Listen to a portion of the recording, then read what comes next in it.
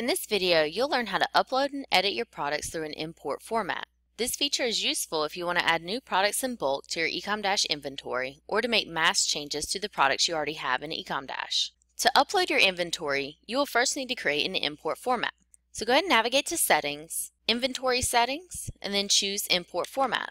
This page will show all of your current import formats. Now to create a new import, you'll click the blue Add New button on the left-hand side and name your inventory format. And then click Add New. From here, you want to add all of your specific settings for this inventory format. For example, if you're looking to add or update storefront specific attributes like the Jet Taxonomy code or a unique description for your Etsy listing, you'll first want to select the storefront from the drop-down menu and then click Save. If you're looking to upload information about the quantity for a product, you'll want to select the warehouse where this quantity is being held from the drop-down menu, and then click Save. To add the attributes you want to import into Ecomdash, you'll want to click the blue Add Attribute button. This will open a pop-up window with all the possible attributes that you can import into Ecomdash. And finally, if you want to have your inventory uploaded on an interval through an FTP site, you can click the checkbox that says Enable Inventory File Integration. From here, you want to select your integration type as FTP. You can put in the credentials for your FTP site to let Ecomdash know where to look for your CSV file.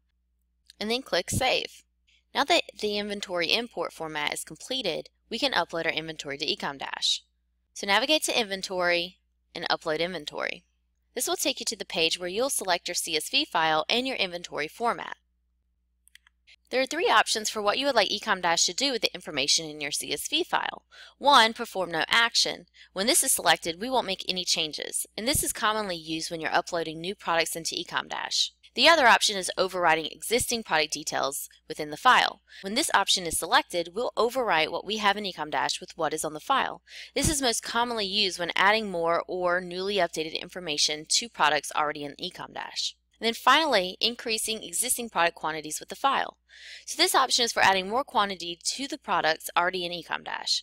So if your product currently has a quantity of 10 in Ecomdash and you want to add 5 to that product, in your CSV file, you would put 5 in the quantity column. This option will change the quantity in Ecomdash to 15.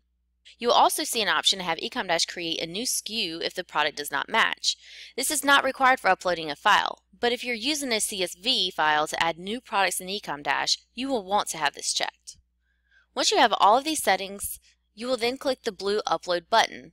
To check on the status of the inventory upload, you can navigate to the Inventory section, History, and Upload Inventory History. That's where you can see the status if the upload was complete and successful, or if we were not able to process the file you uploaded. And that's it. That's how you upload inventory into Ecomdash using an inventory format.